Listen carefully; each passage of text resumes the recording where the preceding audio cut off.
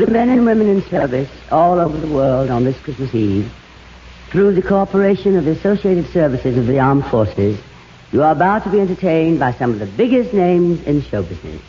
For the next hour and 30 minutes, this program will present in person such bright stars as Jimmy Durante, Bert Lahr, Robert Merrill, Margaret O'Brien, Edith Piaf, Fran Warren, Ed Wynn, Meredith Wilson. And my name, darlings, is Tallulah Bankhead.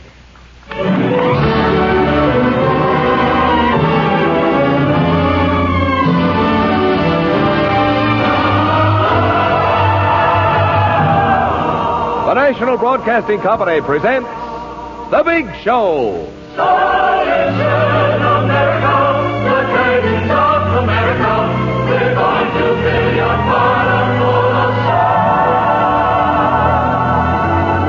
The Big Show. 90 minutes with the most scintillating personalities in the entertainment world. Brought to you this Sunday and every Sunday at the same time as the Sunday feature of NBC's All-Star Festival. And here is your hostess, the glamorous, unpredictable Tallulah Bankhead.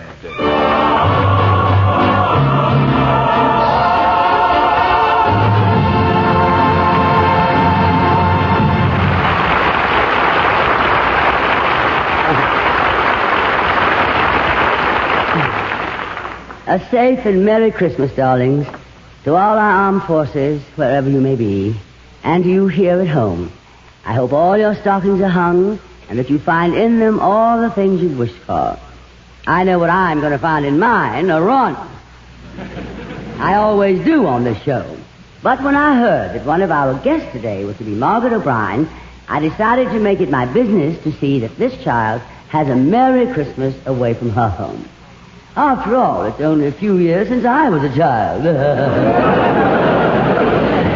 And those darling writers, they'll stop at nothing for a Christmas present.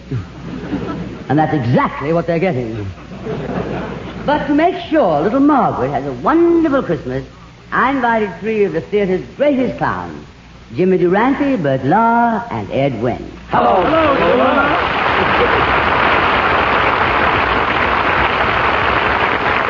Hello, Ed. Jimmy, Bert. Hello, Bert. Ed, Jimmy. Hello, Jimmy. Bert, Ed.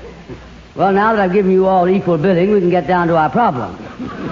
We've got to arrange a wonderful Christmas party for this little girl.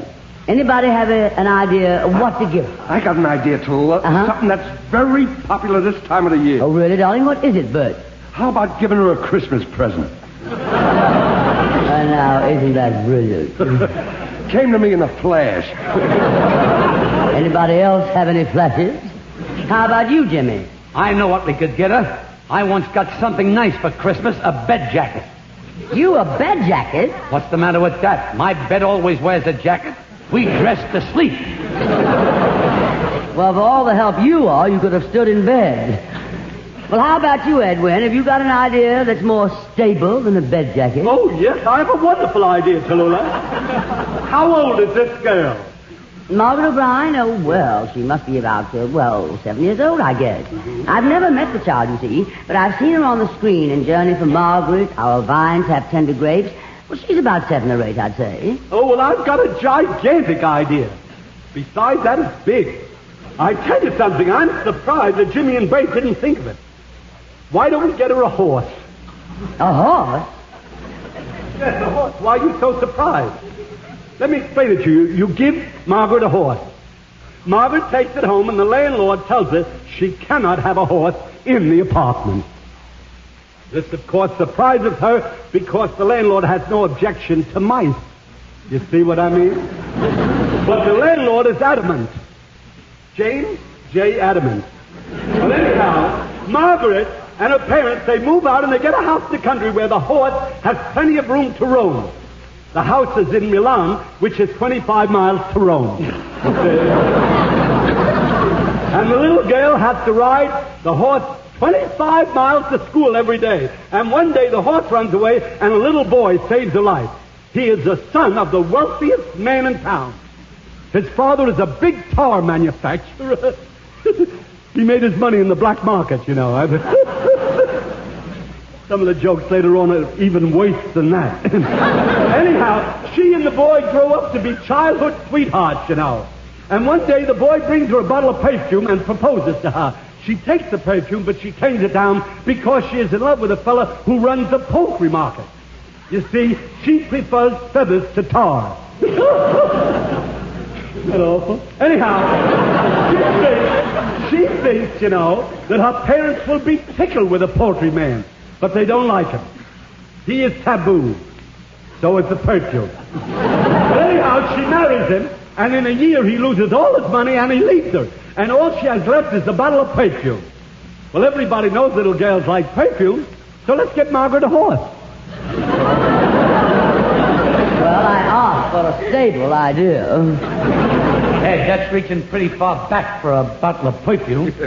Yeah, I don't want to offend anybody, but wouldn't it be easier to overlook the horse and just buy the kid the perfume?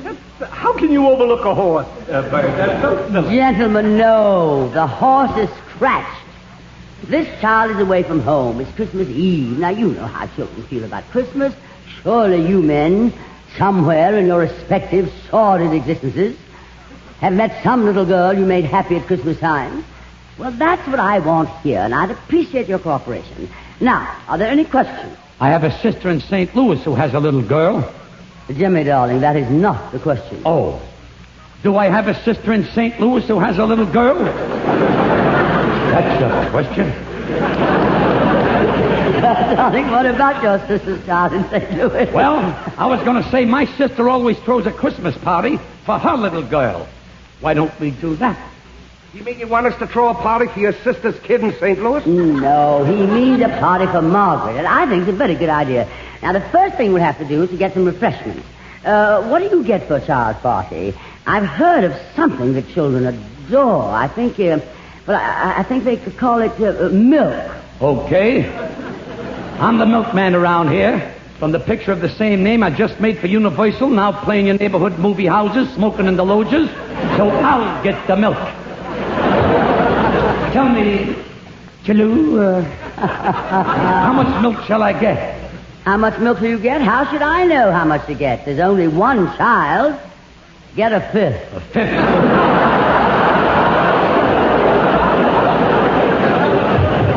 That ain't enough milk. I'd take 4 fingers myself. Well, Bert, what do you think? How much milk will we need? Well, personally, I won't take any. I'm driving. I don't know much about this kid stuff. You see, I didn't have such a happy childhood. Oh. In fact, a very tragic thing happened to me when I was a child. You lived? Yeah, how'd you know? Oh, just a wild guess. What else happened? Well, at Christmas, I never hung my stockings up. You see, I only had one pair. Instead of hanging over the fireplace, they just stood there. And I never got any toys. You see, we was very poor. My mother used to take me window shopping. I wound up with more windows than any kid in the neighborhood. Your mother had a budget account, I imagine. Yeah, and she imagined it, too. She'd take anything in any stores if she could budget. We were so poor that it was 15 years after they was married that my father gave my mother an engagement ring. Oh, it was beautiful. A 10-carat diamond ring. 10 carats? And what a beautiful sentimental inscription inside the ring. It said, "In case of fire, break glass." My mother thought it was too expensive, and so she put it back in the box and took it back to the store, but they wouldn't take it back because it wasn't in the same condition my father had bought it. Your mother had eaten the Cracker Jacks it came in. Yeah, and the way Mother always used to pick on me. She used to say to me, "Bert, why don't you be like Johnny?" She used to say, "Bert, go out and play with Johnny. I want you to grow up like Johnny." It was Johnny this, Johnny that. I stayed in the house all the time. I got an interior complex. I used to sit around the house all day and cry. Oh, I was housebroken. All I heard was Johnny, Johnny. Last year when I went back to my hometown, I thought I'd find out what happened to Johnny. So I asked his mother. I said, "Whatever became of Johnny, Mrs. Dillinger?" He probably turned out to be a case of arrested development. Yeah. Many times. But if I don't have something ready for Margaret when she gets here, really, darling, I won't have the courage to face her. Reminds me when I was the Cowardly Lion in The Wizard of Oz. I sang a song about courage. It was called If I Was the King of the Forest. Would you like to hear it? What can I do? I'm trapped. Meredith Wilson, please, some music for Mr. Lahr, who will recreate his famous Cowardly Lion from The Wizard of Oz. If I was king of the forest, not a queen, not a duke, not a prince, my regal robes of the forest would be satin, not cotton, not chintz. I command each thing, be it fish or fowl, with a woof, and a royal growl. As I clicked my heel, all the trees would kneel, and the mountains bow, and the bulls kowtow, and the sparrows would take a wing. If I were the king. Your Majesty, if you were king, you'd not be afraid of anything. Not nobody, not no-how. Not even a rhinoceros? Impossible. Well, how about a hippopotamus? I trash him from top to bottomless. Supposing you met an elephant. I'd wrap it up in cellophane. What if it were a brontosaurus? I'd show him who was king of the forest. How? How? Courage. What makes a king out of a slave? Courage. What makes the flag on the mast to wave? Courage. What makes the elephant charge his dusk in the misty mist or the dusky dusk? What makes the muskrat guard his musk? Courage. What makes the Sphinx the seventh wonder? Courage. What makes the dawn come up like thunder? Courage. What makes the Hottentot so hot? Who put the ape in apricot? What have they got that I ain't got? Courage!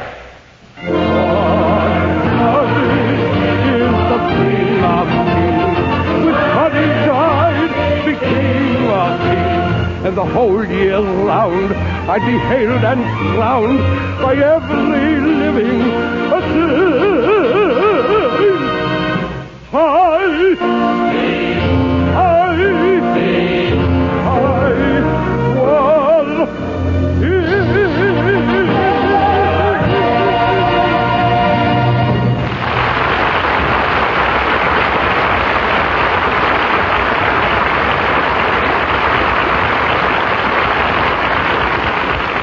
Bert, darling, that was Lahr at his best, but it doesn't help solve our problem about Margaret O'Brien's Christmas party.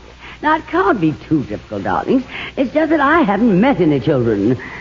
Socially, that is. I thought you told me you had a big carriage trade at your theater, Toulouse. Yeah, very funny, darling. But you men should be able to come up with some idea. Well, among the three of you, there should be at least 200 years of know-how. Well, why don't you join us and make it 250? Dear boy. Say, I just thought of something. How about getting her a tree? A tree? Darling, it's Margaret O'Brien, not Tarzan. I mean a Christmas tree with toys hanging on it. Toys on a tree? Oh, that's a lovely idea, Jimmy. What sort of toys shall we get? Well, you're a girl. Oh, thank you, Jimmy, darling. What would you like to see hanging on your tree? Jimmy, this is Christmas Eve, and I will not mention her name on this program. I mean, I'd like to hang things on the tree that are lit up.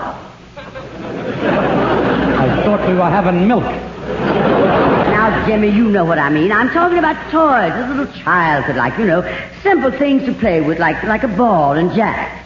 You think this kid balls the jack? Oh, come on, Jimmy, help me out. When I was a kid, I had a mechanical mind. Needs a little oiling right now.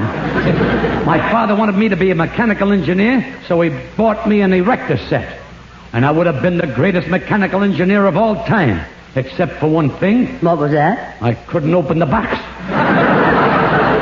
Now, wait a minute, Jimmy. Girls today are athletically inclined. How about getting her a racket? You mean like bootlegging? No, dear. I mean like tennis.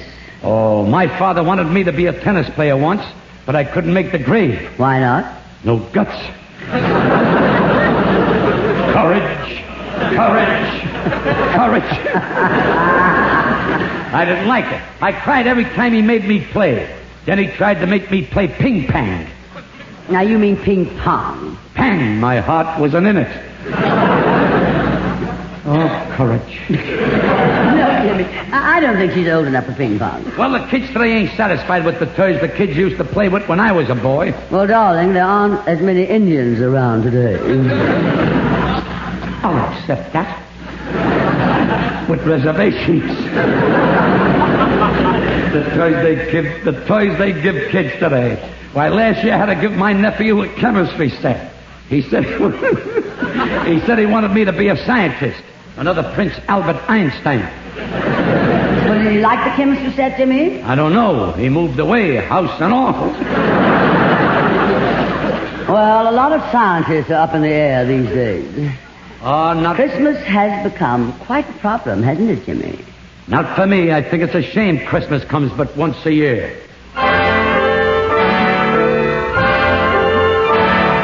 Folks, I got a little wish. Now, folks, I got a little wish. If it only could come true. It's about a holiday that's meant for me and you. Although it has been coming on the same day each year, there should be one more day it could appear. Now, isn't it a shame that Christmas comes but once a year? Wouldn't it be nice if it came around twice, spreading joy and good cheer? Just when everyone forgets goodwill to men, that's the time for jingle bells to chime again.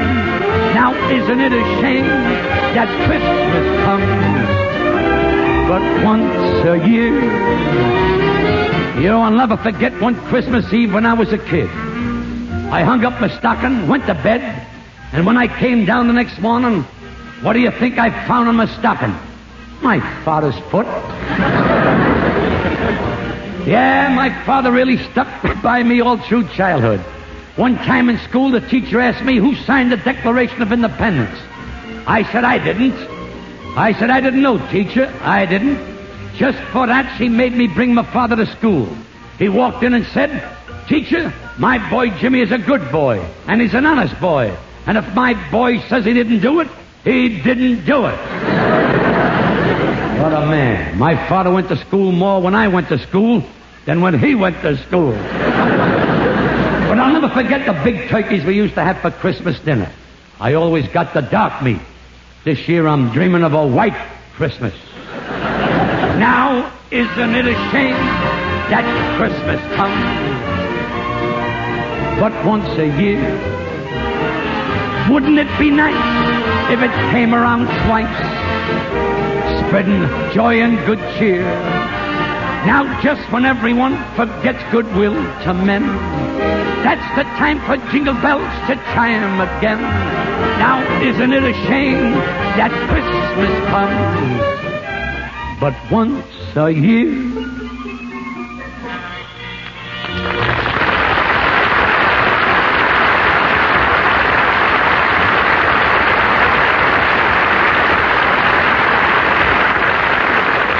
Jimmy, darling, you as usual are divine. Oh, Tallulah, I just thought of a wonderful idea for this little girl, Margaret. We are not buying a horse. Oh. Now put that in your pipe and smoke it. Oh, that's ridiculous. I don't smoke horses. Smoking horses. I have a smoking jacket somebody gave me. I've been smoking that for 3 years. I'm saving the buttons for last, you know. But what I started to tell you, Tallulah, this is marvelous. How about inviting Santa Claus to the party to give us some presents? Inviting Santa Claus? Now, really, Ed, darling, you and I are adults. We don't believe in Santa Claus. Oh, don't say that. That's not true. I believe in him. And I've got proof. No. You've got proof there's a real Santa Claus. Yeah? You are mature, intelligent, sophisticated man, standing there in your beanie hat with a propeller on top, telling me you have proof there is a Santa Claus. Proof? I have even more than proof. I even think so. Oh, you think so? She lisps.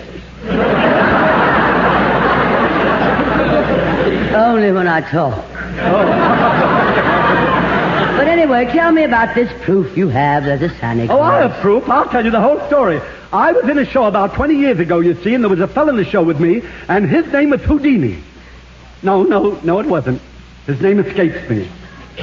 Well, anyway, he always made it a practice that no matter where he was, now, this is so beautiful, no matter where the show was on the road, he would go home on Christmas Eve, and he would always manage to grab a plane to get home and dress up like Santa Claus and leave some presents for his little girl. Well, of course, he just dressed up like Santa Claus. Yeah, well, wait till you hear the whole story. And the day after Christmas, this friend of mine in the show would always get a letter from his little girl. And the little girl would say, "Dear Daddy, Santa Claus came last night, and I was standing on the stairs, and he didn't see me, but I saw him. And he left me a lot of presents, and then he kissed Mama and went away." Isn't that beautiful?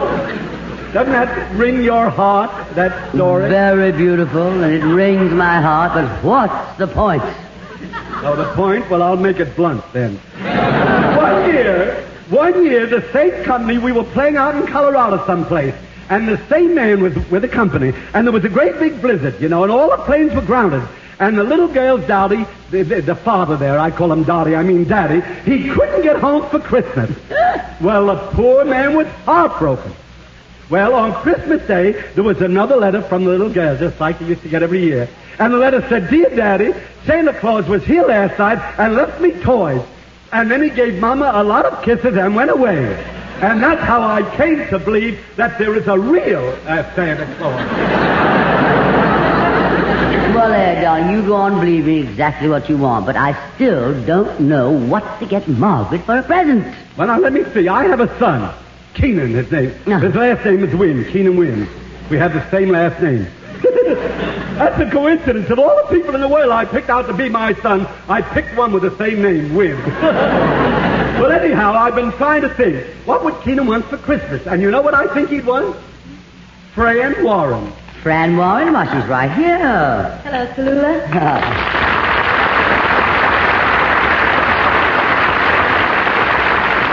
Hello, Fran, darling. And you're going to sing Look to the Rainbow, aren't you? That's right. Go ahead, sweet.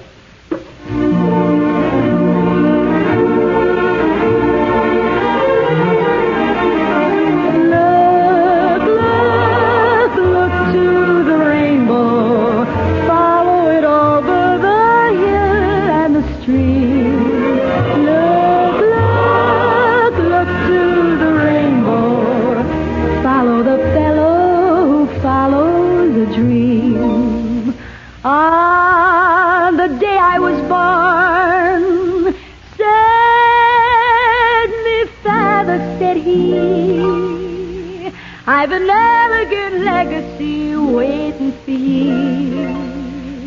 'Tis a rhyme for your lips, a song for your heart, to sing it whenever the world falls apart.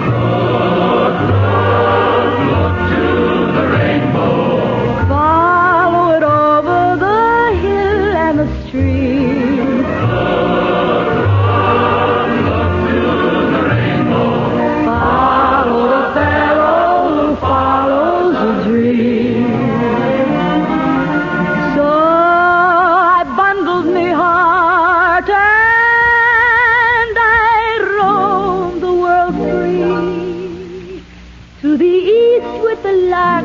To the west with the sea, and I searched all the earth and scanned all the skies, but I found it at last in the old true love's eyes. Look, look, look to the rainbow, follow it over the hill and the stream. Look, look, look to the rainbow.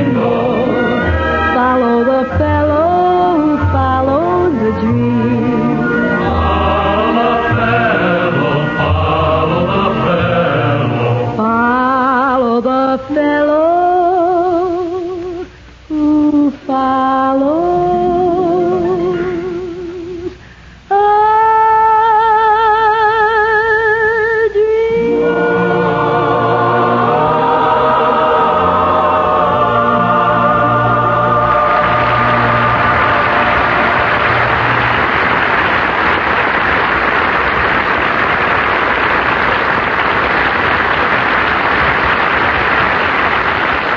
Fran, that was a lovely Christmas present. Look, darling, I want to ask you something.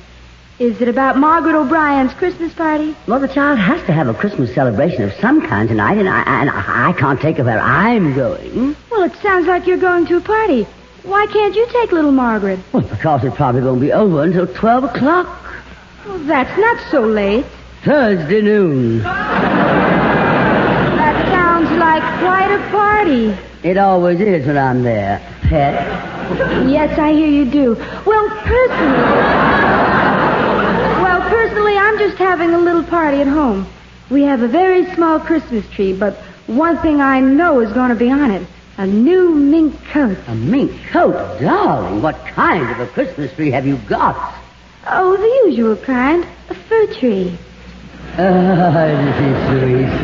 The first week on this show, and already she's telling jokes. Oh, has anybody thought of getting Margaret a doll? A doll, of course. Now, why didn't I think of that? Why couldn't any of you three gentlemen have thought of a doll? I was thinking of a doll. I'm always thinking of a doll. And while you're getting her a doll, why don't you get her one that talks? One that says Mama, Papa. And they're even making dolls now that say yes and no. Dolls that say no, I can get plenty of.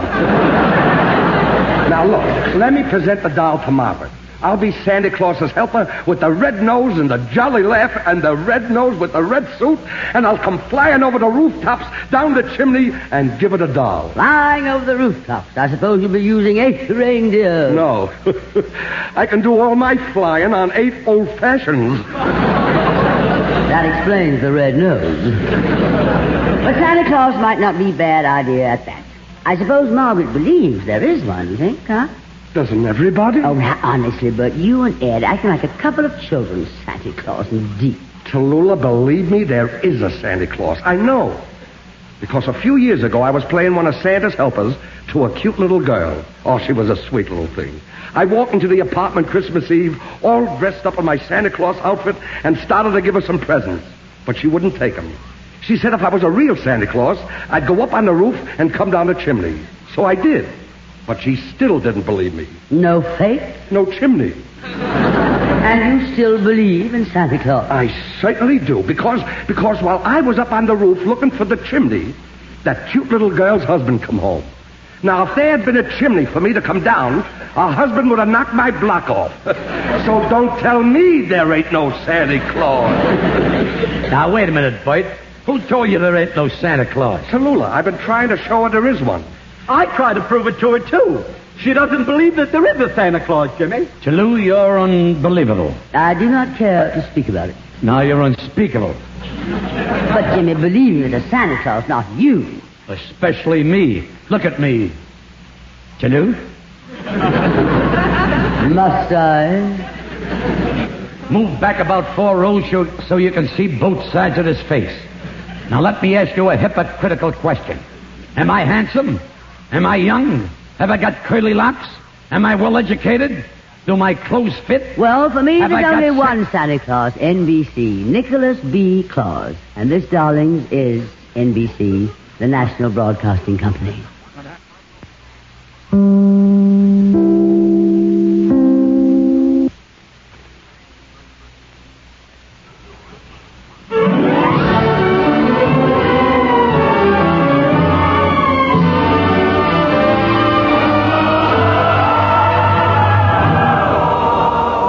The Big Show. This is the National Broadcasting Company Sunday extravaganza with the most scintillating personalities in show business. The Big Show, the Sunday night feature of NBC's All-Star Festival, is brought to you by the makers of Anacin for fast relief from pain of headache, neuritis, and neuralgia, and by RCA Victor, world leader in radio, first in recorded music, first in television.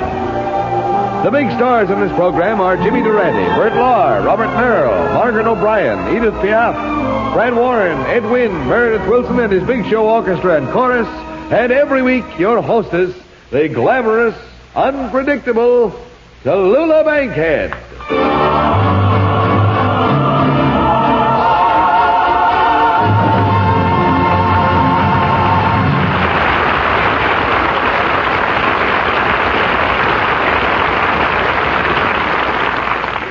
This week, darlings, the big show is the Christmas show, broadcast with the cooperation of the Associated Services for the Armed Forces and dedicated to all our men and women in service who are far from home on this Christmas Eve. A great soldier who has spent a lifetime of Christmases away from home in the service of his country stands by now for a word of cheer to our men and women throughout the world.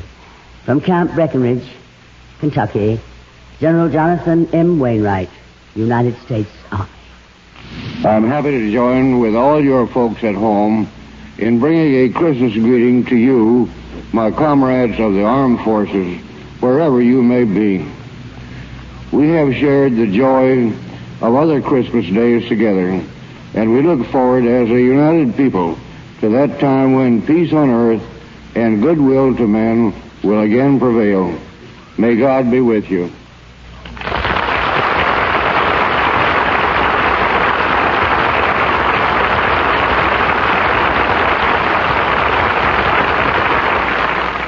Yes, darlings, it is with a mixture of pride and humility that we accept the responsibility of sending to our boys and girls away from their loved ones on Christmas Eve this Christmas package of entertainment, wrapped with loving care and sealed with a Christmas kiss. And also, far from home this Christmas Eve is one of our guest stars, little Margaret O'Brien. And to make her Christmas a merry one, we arranged to have our three comedy stars, Jimmy Durante, Bert Lahr, and Ed Wynn, play Santa Claus for her. Now, do you understand our complex little plot, darling? But while they're getting ready, I'm left here at this rather advanced stage in my career, babysitting. Oh, by the way, darlings, I'm available for the same job to anyone listening. And at the same price, I may add. I only hope this precocious little movie star doesn't turn out to be the obnoxious brat that most of them are. Good evening, Miss Bankhead. Ah, Margaret O'Brien.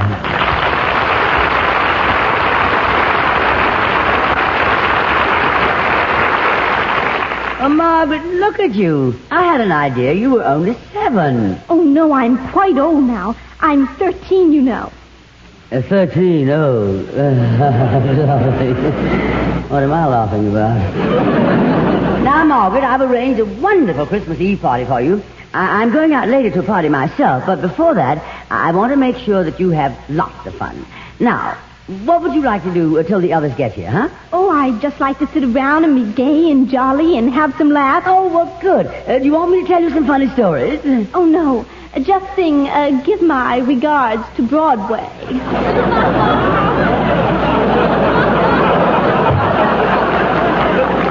This child is older than 13.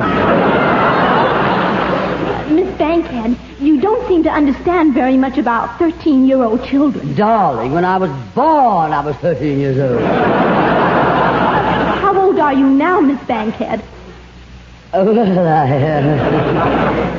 I wonder if this is safe.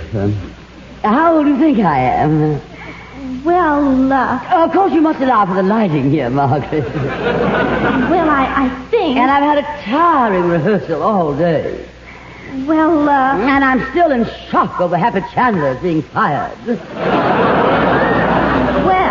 Well, just don't stand there staring at me with those beautiful big bright eyes and that gorgeous complexion and that silken hair. Say it. How old do you think I am? Well, I think you're quite old. Margaret. You must be at least 25. Bankhead, why are you crying? Oh, nothing, darling. I'm just so happy. 25. Obviously, child, you know nothing about a woman's age. Obviously, Miss Bankhead. I wanted to be invited back on this show. I keep running second to this child all the time. Well, Margaret, I'm neglecting my duty as babysitter. Come over here, child. Can you walk by yourself? Of course. Can you, Miss Bankhead?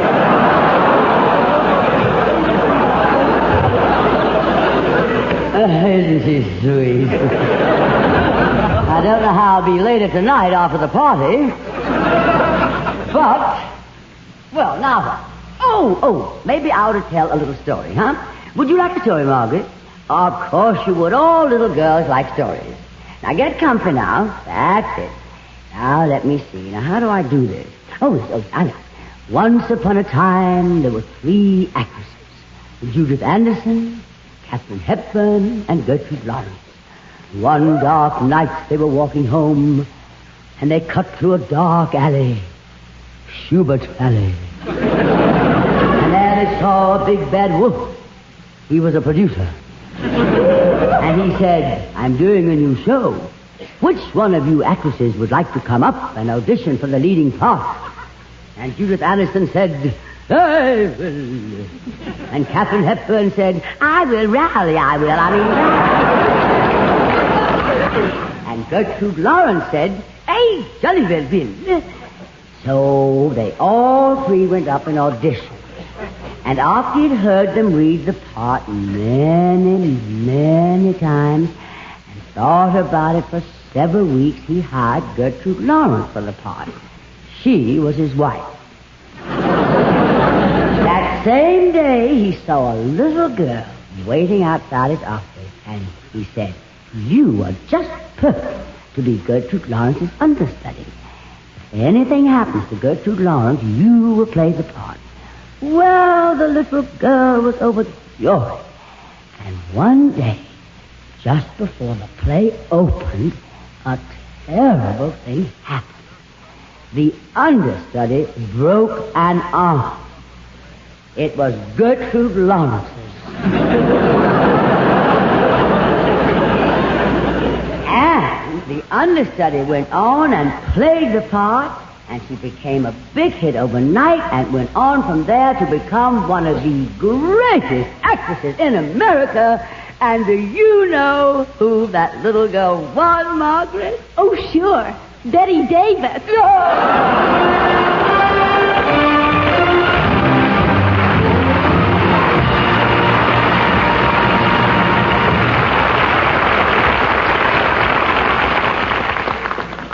If you suffer from pains of headache, neuritis, or neuralgia, you should discover what many thousands have known for years, that Anacin brings incredibly fast, effective relief. Anacin is like a doctor's prescription. That is, Anacin contains not just one, but a combination of medically proven active ingredients in easy-to-take tablet form. Probably at some time you have received an envelope containing Anacin tablets from your physician or dentist. Thousands of people have been introduced to Anacin this way. Try Anacin yourself the next time you suffer from the pains of a headache, neuritis, or neuralgia. You'll be delighted at how quickly relief can come. Anacin is spelled A-N-A-C-I-N. Your druggist has Anacin in handy boxes of 12 and 30 tablets and economical family-sized bottles of 50 and 100 for your medicine cabinet. Ask for Anacin today.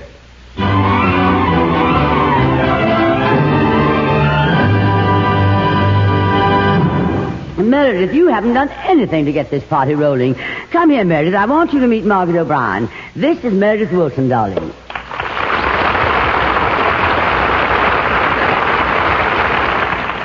How do you do, Mr. Wilson?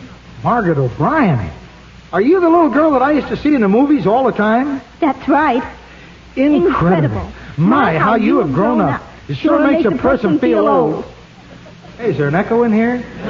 No, Mr. Wilson. I knew you were going to say that. That's what people keep saying to me all the time. That's the penalty I have to pay for growing up. No one can stay the same age all the time. Can't they now? Well, Meredith, what kind of entertainment could you give Margaret for this Christmas party? We're having in her honor, you know. Well, sir, Miss Bankhead, I'll tell you what we used to do back home. I wanted to say, I'll tell you what we used to do back home in Mason City, Iowa. Oh, no, not on Christmas Eve, Meredith. I'll be glad to. We used to put on plays. Oh, I'll never forget that last play I acted in. Yeah, I have a picture of you acting in a play. Do you have that picture? I've been looking high and low for it. Meredith, please, could we for 1 week dispense with that nostalgic drivel about your adolescence? But this is very interesting drivel. You see, this play was about this doctor who was in love with this woman, and she was married. And her husband got sick, and the doctor had to operate on him. And the big scene was where the doctor had to make up his mind whether to save the husband and lose the woman he loves, or operate without washing his hands and get the woman he loves. Now, before he can make up his mind, the butler comes in and says, "Your car is waiting to take you to the hospital." Boy, I want to tell you, that was really dramatical, how he walked off the stage, right through the fireplace. Fireplace? The door was stuck. And you walked through the fireplace? Oh, not me. I was the butler. What a hit I was, dressed in my T-shirt and shorts. You played a butler dressed in T-shirt and shorts? Well, it was a combination play and basketball game. I played center. And now you're playing the center theater. Meredith, darling, could you possibly play some Christmas music for our little Mark? I'd be glad to. We have a number prepared here called Jing-a-Ling. Okay, Meredith Wilson and his orchestra and chorus in the gayest of the new Christmas songs, complete with snowflakes, sleigh bells, and Yule logs, Jing-a-Ling.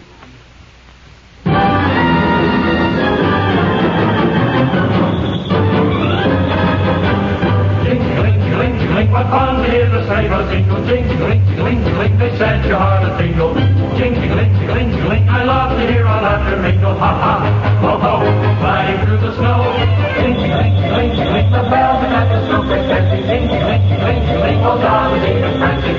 Jingling, jingling, jingling, the night is made for sweet romancing. Ha ha, ho ho, through the snow they go. Through a winter fairyland we go a-gliding. In a cotton candy land of frozen charm. And the way the sleigh is slipping and a sliding brings you sliding even closer in my arms. And you hear the sleigh bells asking why we're single as we fly across the snowy hills and dales.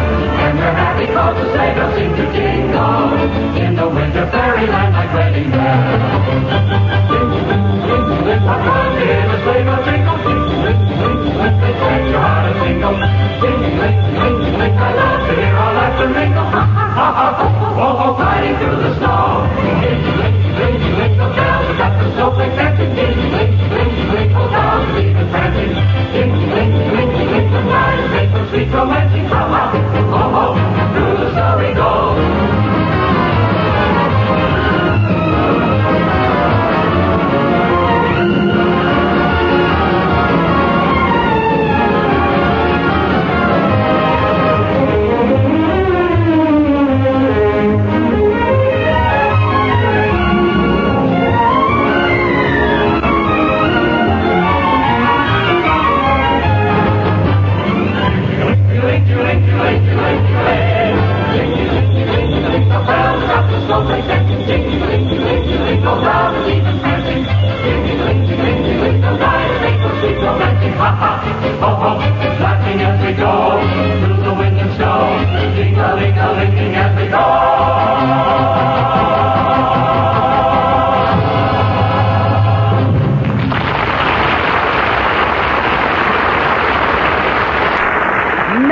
Wilson, every week I'm amazed how a man who can make such beautiful music can tell such odoriferous stories.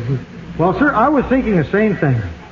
How a woman can speak so beautifully and then sing Give My Regards to Broadway. Ho, ho, ho, ho. Merry Christmas, everybody. Merry Christmas. Oh, look, here comes Santa Claus. Hello, Santa Claus. Hello, little girl. Ho, ho, ho. Merry Christmas. Well, what do you know? The child believes in him. Oh, I was hoping you'd come, Santa Claus. Oh, I'm so glad to see you, Santa Claus. Oh, and by the way, how is Mrs. Lahr? Oh, indeed. I told you couldn't fool a sophisticated child with that Santa Claus routine. Oh, I know he's not the real Santa Claus in Spankhead. He's one of Santa Claus's helpers. The real Santa Claus will be along later. You'll have it your own way, darling. Bert, this is Margaret O'Brien. Margaret O'Brien? Is this the little girl I used to see in the movies?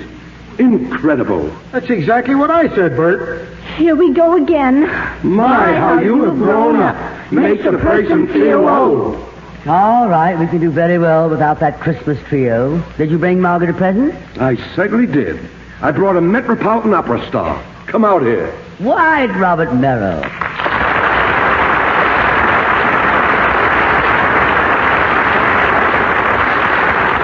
Well, Bob, this is a Christmas present. How are you, Bob, darling? How are you, Bob? Bob, I'm speaking to you. How are you, Bob? Oh, I'm sorry. I'm a Christmas present, and I can't open my mouth till Christmas. You're a present for Margaret. Oh, yes, I want you to meet her. Bob, this is Margaret O'Brien. How do you do? Margaret O'Brien?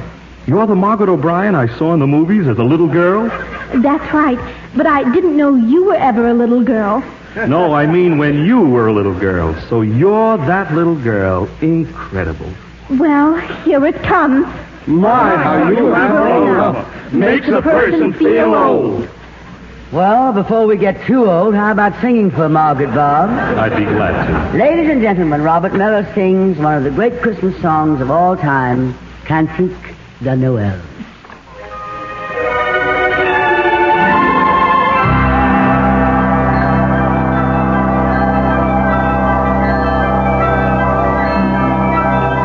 Holy night, the stars are brightly shining. It is the night of the dear Savior's birth.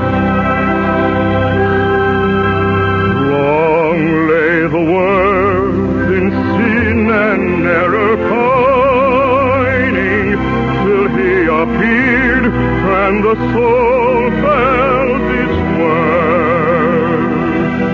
A thrill of hope, the weary world rejoices, for yonder breaks a new and glorious morn.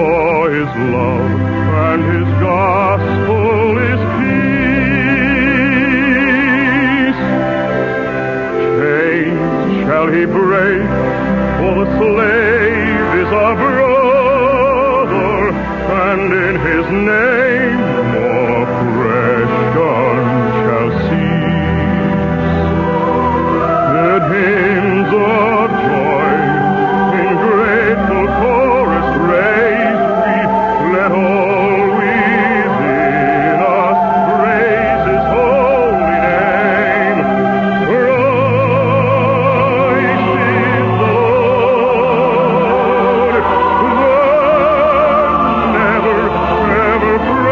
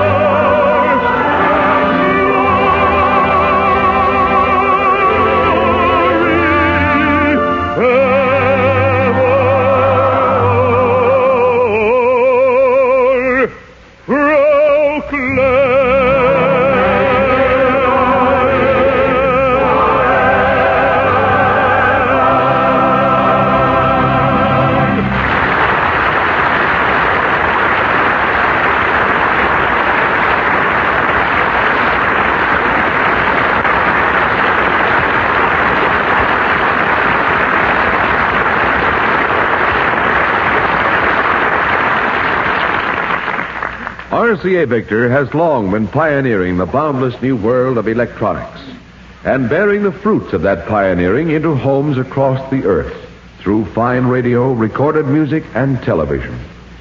It is heartwarming to think of how much these instruments add at all times to the happiness of nations and people, carrying the message and music of Christmas around the world. But it is heart-lifting to think of how much they still can add to the peace of nations. On this Christmas Eve night, RCA Victor humbly pledges itself once again to the advancement of radio, recorded music, and television as international mediums. As science continues its conquest of the physical world, we shall look across the hemispheres from nation to nation as we are now accustomed to hear by radio.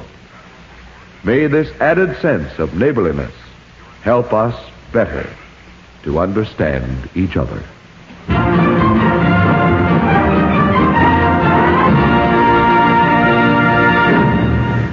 Ho, ho, ho. Merry Christmas, everybody. And to you, too. Chiloo? Well, if it isn't one of Santa Claus's reindeer. You mean rain, darling, don't you? I'm one of Santa Claus's helpers. Oh, you're just Santa Claus. What's the matter? Why don't you like Santa Claus? This woman is suffering from claustrophobia. I wish they'd have cut that line out. Jimmy, I want you to meet little Margaret O'Brien. Hello, Mr. Durante. Well, Margaret O'Brien. Oh, no, this ain't the Margaret O'Brien I used to see. The Margaret O'Brien I used to know was a tiny little child. I can't believe this is the same girl. Incredible. Shall we go another round? My, how you have grown up. Makes a person feel old. Well, Jimmy, how about a Christmas present for Margaret? I brung one. Whom did you brung? Whom? Only that great French chartreuse, the one and only Edith Piaf. Edith Piaf.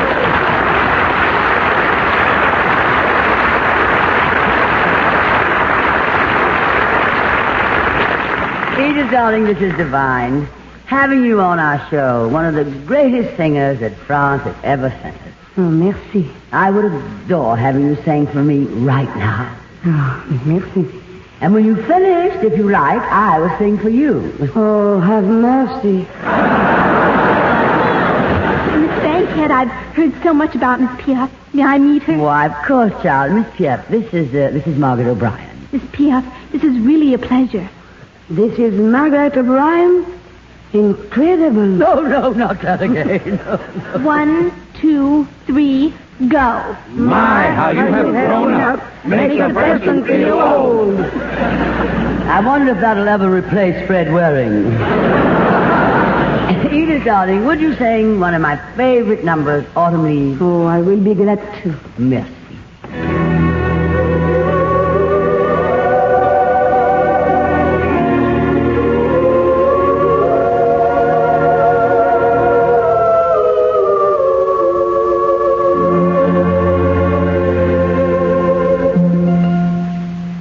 The falling leaves drift by the window, the autumn leaves of red and gold.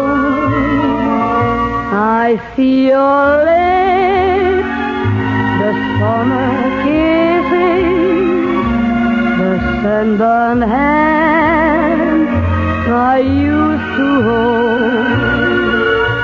Since you went away, the days go on, and soon I'll hear old winter song. But I miss you most of all, my darling, when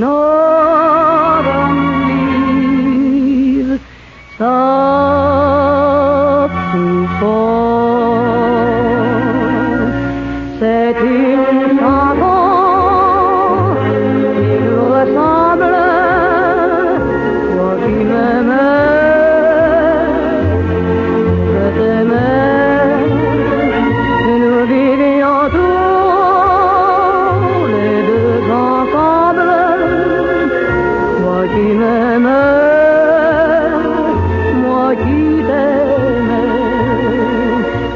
comme la vie sépare ceux qui s'aiment tout doucement, sans faire de bruit. Et la mer passe sur le sable, n'est pas des amants,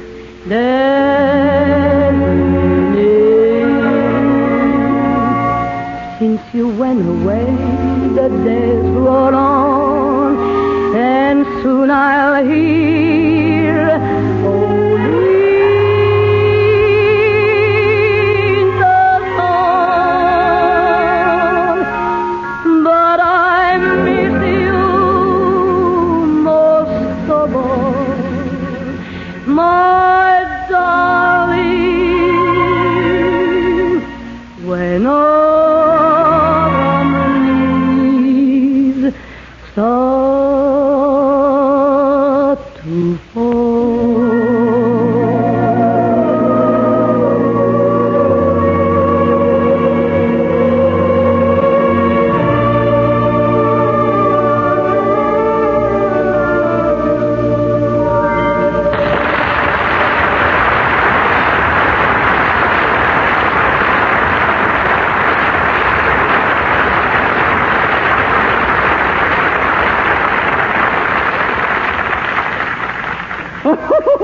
Oh, a Merry Christmas, everybody. And a Merry Christmas to you, Margaret O'Brien. How about giving me, one of Santa Claus's helpers, a nice big kiss? Take your hands off me. That's Edith Piaf. This is Margaret O'Brien. Hello, Mr. Wynn. You're Margaret O'Brien? But you're not the Margaret O'Brien. Ed, we are not going through that bit again. Oh. We know the child is grown up. None of us is getting any younger. We've all grown up. You've grown up and I've grown up. My, how you have grown up. Makes a person feel mighty old. Darling sweet.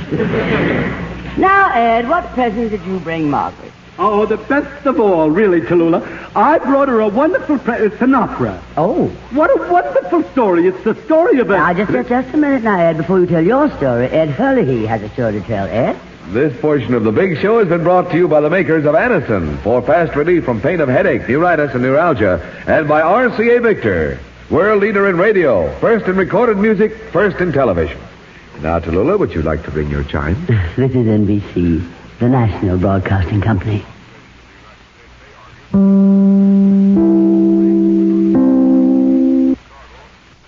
This is the big show. And Tallulah Bankhead is giving a Christmas party for little Margaret O'Brien. Well, Margaret, my pet, are you having fun at your party, enjoying yourself? Oh, it's wonderful, Miss Bankhead. I bet there isn't another 14-year-old girl in the world as happy as I am. 14? I thought you said you were 13. It's such a long show. Well, Ed, how about that opera? Are you ready to tell the story? Oh, yes, I'm ready. I'm more than ready. Have you got anybody to sing the opera so that I can explain the story? We most certainly have somebody. Yes. Robert Merrill will sing it. Oh, Won't you, Bob, darling? Sure. I'll sing Largo Alfa Totem from the Barber of Seville. Oh, that's a lovely opera. But I'm going to tell the story of Carmen tonight, you know. I'm sorry, I'm singing Figaro. Well, I'm sorry you're singing Figaro, too. Because I'm going to explain the opera Carmen. And if you're going to sing that long-haired stuff from the Barber of Seville, it just won't fit, that's all. That's all. I'm an expert on Carmen, you know, an authority. I know things about Carmen that Carmen herself don't even suspect. But, Ed, you explained Carmen the last time you were on the show. Oh, well, that was only the 2 acts of the opera, Tallulah. But tonight, for the first time in the history of the world, I'm going to tell what happened to Carmen during intermission. I'm going to sing Figaro. If I don't sing Figaro, I won't do anything. And you want to hear me sing, don't you? No, not necessarily. I'm singing Figaro, and you explain the story of Figaro. Oh, all right. Just to stop the argument, I'll explain Figaro. But you're going to find out it's going to sound just like Carmen.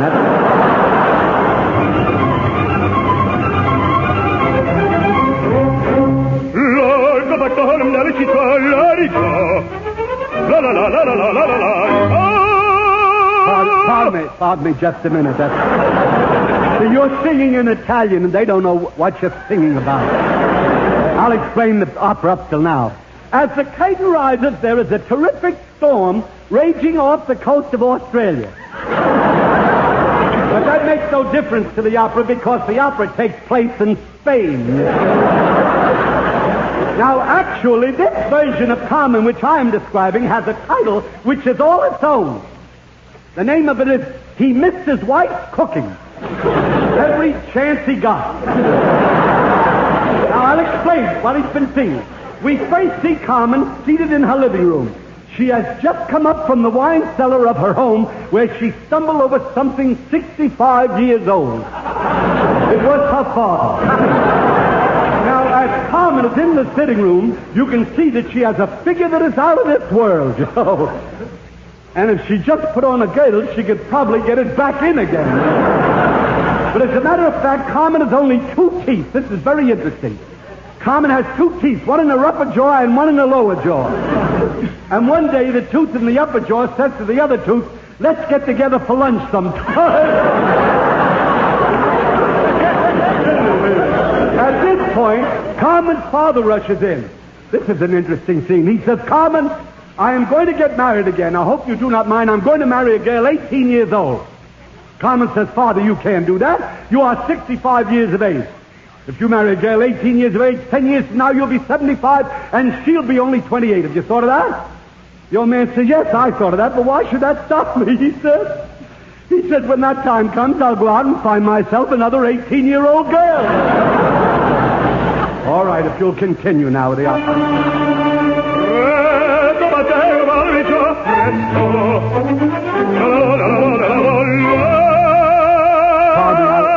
I'll explain that.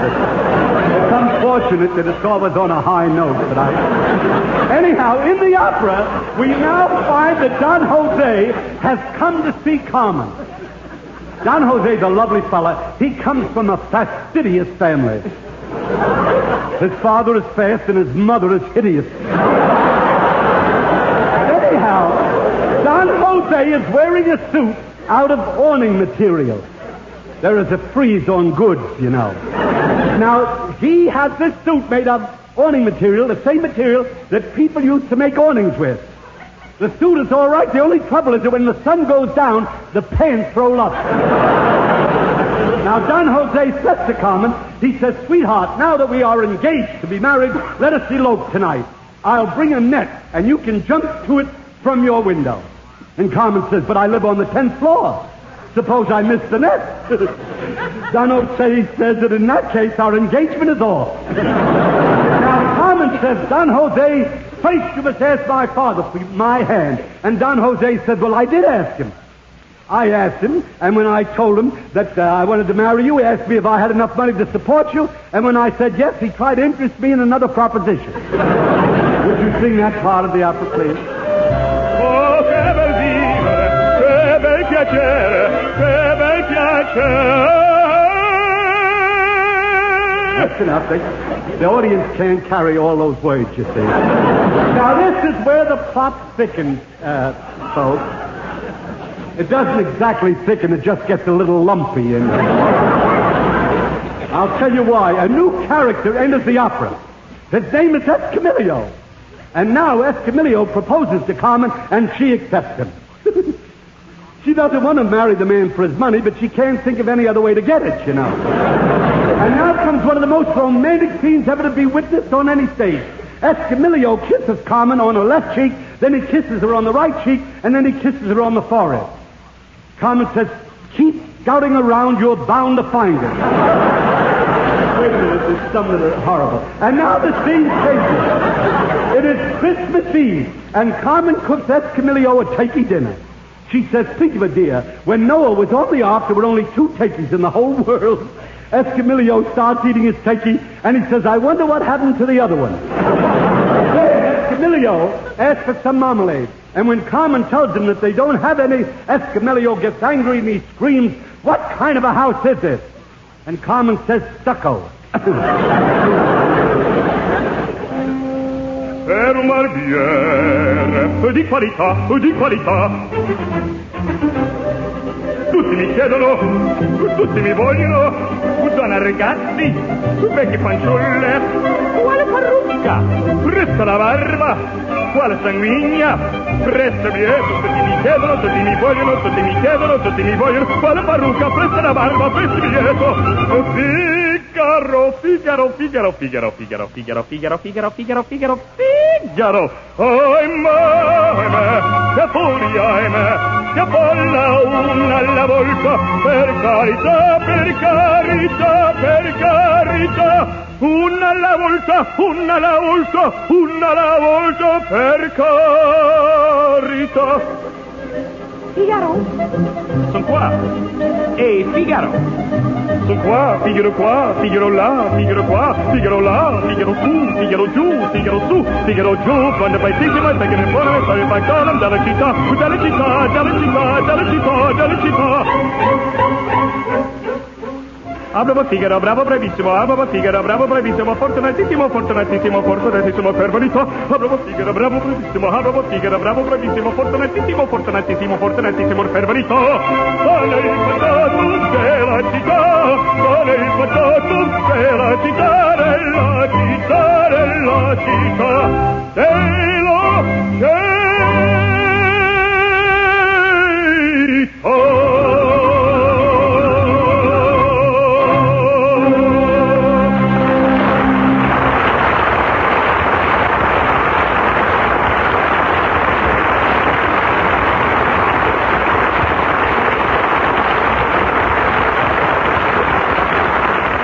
You know, ladies and gentlemen, that was the finale of the opera, which I would like to explain.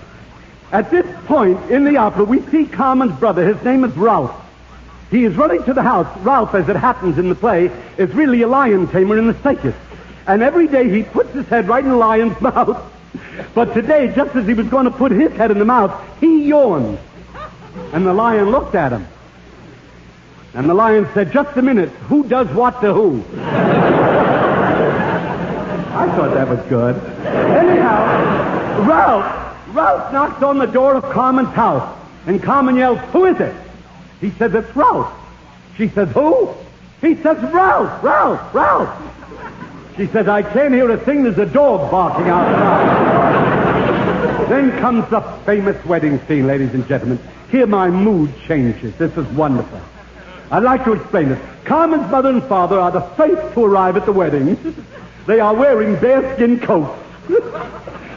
The wife's coat is black bear and the husband's coat is threadbare, you see.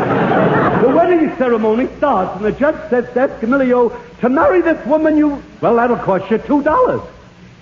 Escamillo looks at Carmen. He says to the judge, "What have you got for about 3.5?" The judge proceeds with the ceremony and he finally says, "If anyone objects to this marriage, let him speak now." And a voice shells out, "I object." The judge says, "You shut up. You're the groom." He says. So Carmen and Escamillo are married, and they go to the country, and Escamillo becomes a gentleman farmer. You can tell he's a gentleman farmer because he tips his hat every time he passes a tomato. But anyhow, it's very, very early morning, and daylight savings time has come in, and he is up so early, he starts milking a cow on his farm. He's a gentleman farmer. And it's so early, he milks the cow while the cow is still asleep. The cow wakes up with a start and looks at the farmer. He says, "Thank heavens it's you. I thought I was being robbed."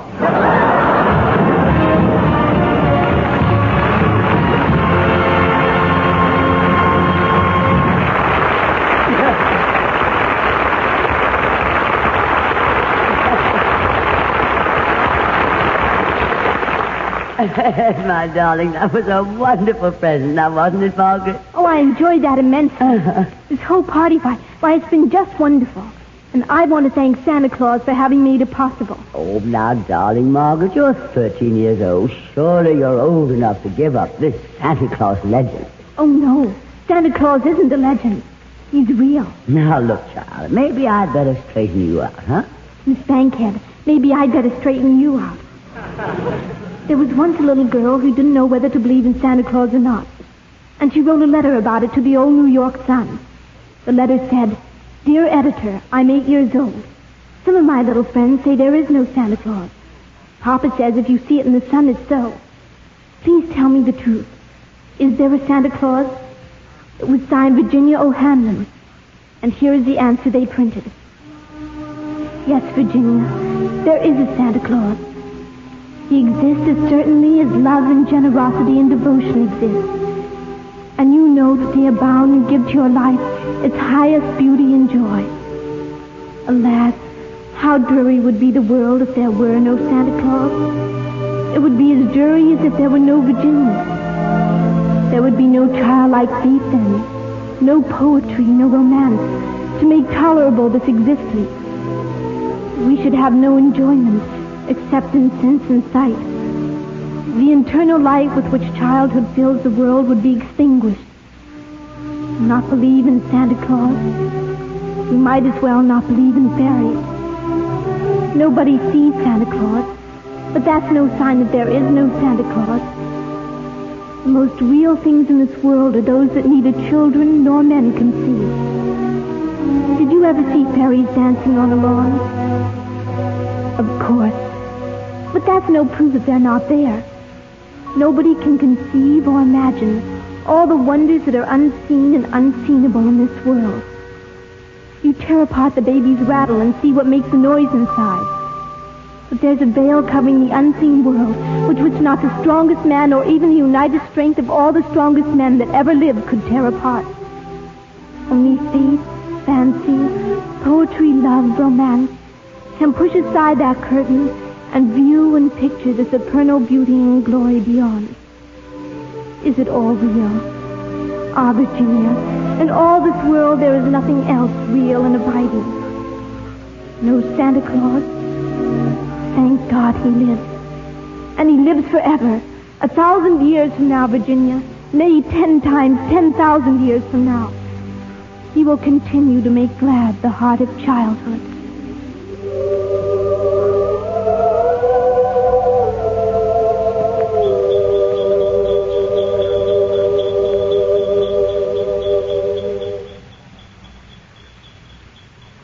Margaret, child, that was beautiful.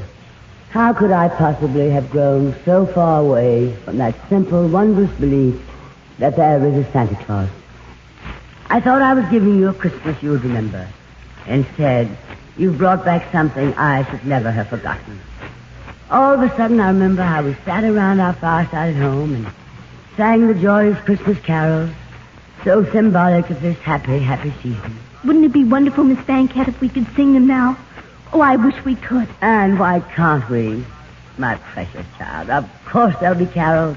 We have the singers, Fran Warren, Edith Piaf, Robert Merrill. We have Mary Wilson and the orchestra and chorus. And now we have certainly found the spirit.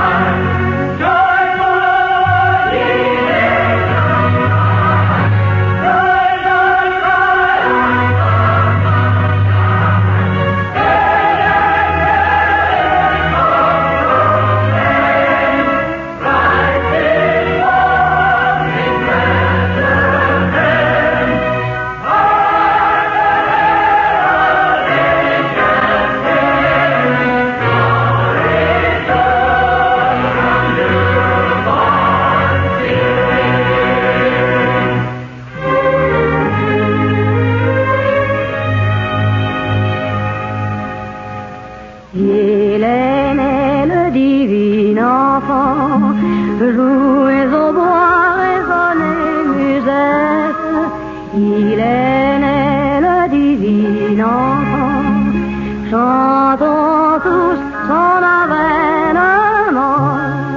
Depuis plus de 80 000 ans, nous avait promis les prophètes. Depuis plus de 80 000 ans, nous attendions cet heureux temps. Il est né le divin enfant, chantons tous son avènement.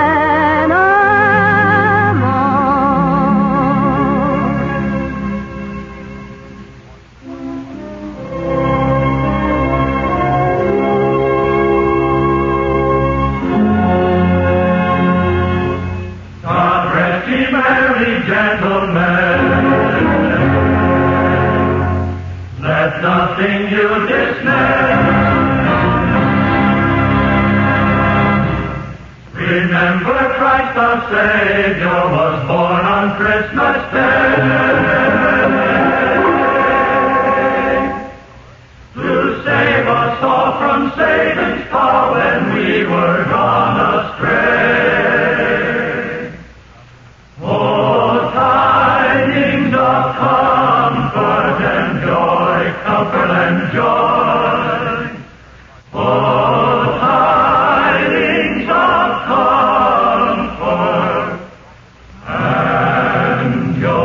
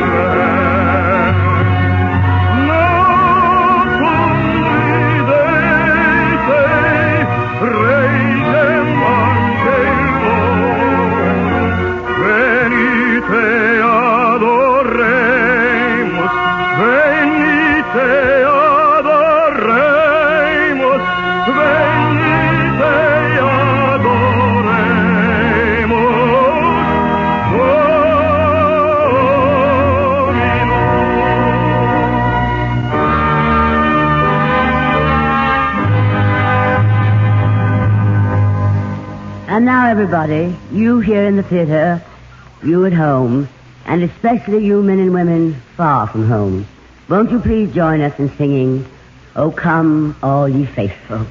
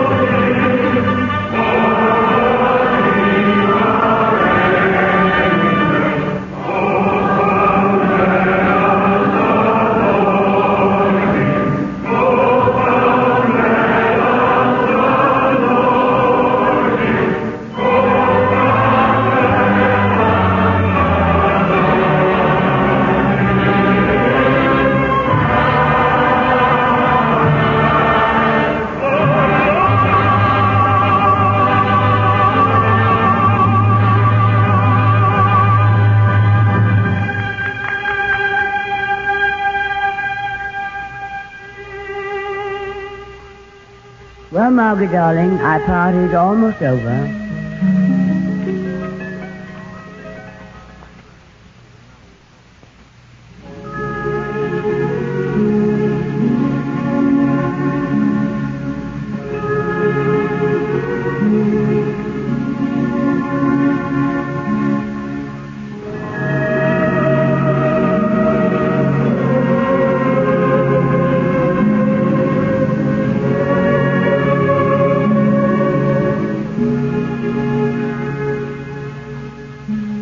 Our friends, dear friends, as years go on and heads get gray, how fast the guests will go.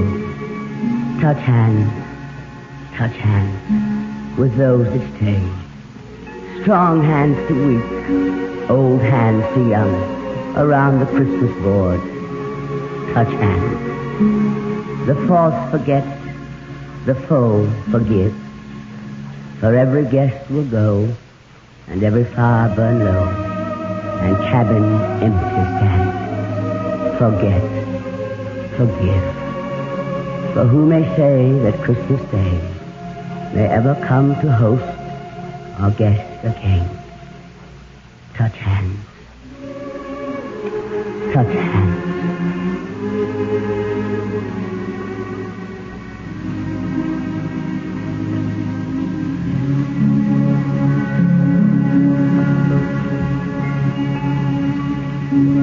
Well, darlings, this has been our Christmas show, dedicated to our loved ones in the service of our country all over the world.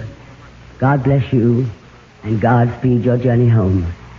Next Sunday we'll celebrate New Year's Eve, when our stars will be Vivian Blaine, Jose Ferrer, Sam Levine, Ken Murray, Margaret O'Brien, Gloria Swanson, Fran Warren, and others, and as usual, Meredith Wilson and the Big Show Orchestra and Chorus. And until then, may the good Lord bless and keep you,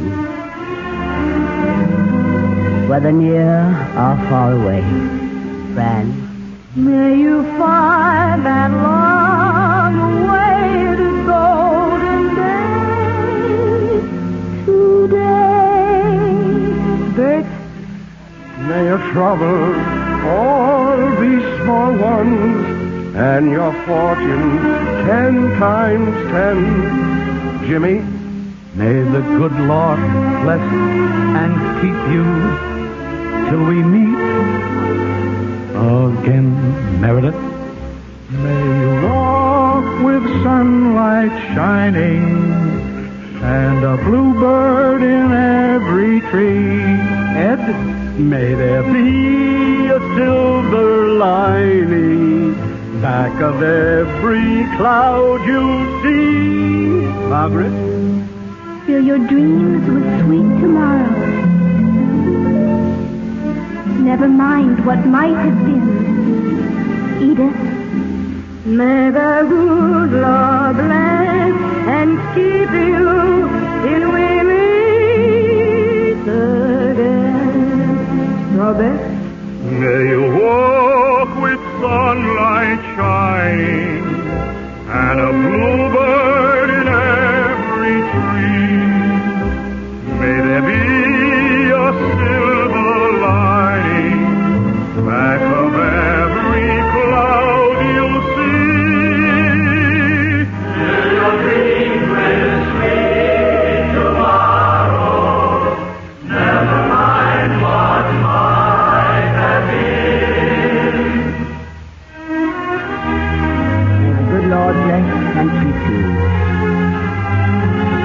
until we meet again. May the good Lord bless and keep you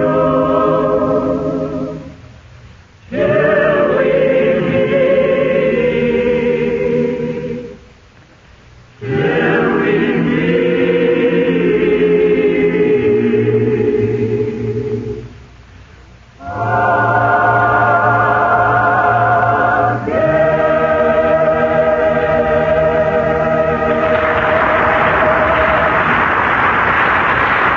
Till we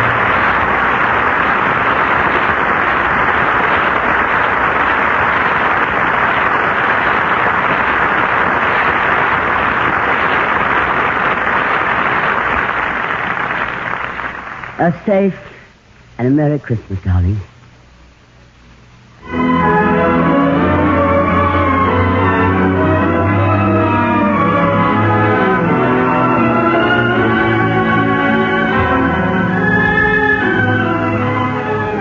Listen to The Big Show next Sunday, when we will have with us Vivian Blaine, Jose Ferrer, Sam Levine, Ken Murray, Margaret O'Brien, Gloria Swanson, Fran Warren, and others, Meredith Wilson and the Big Show Orchestra and Chorus, and of course your hostess, the glamorous, unpredictable Tallulah Bankhead. The verse Touch Hands was written by William Harrison Murray, and the letter to Virginia was presented by permission of the New York World Telegram Sun. The Big Show is directed and produced by D. Engelbach and written by Goodman Ace with George Foster, Mort Green, and Frank Wilson.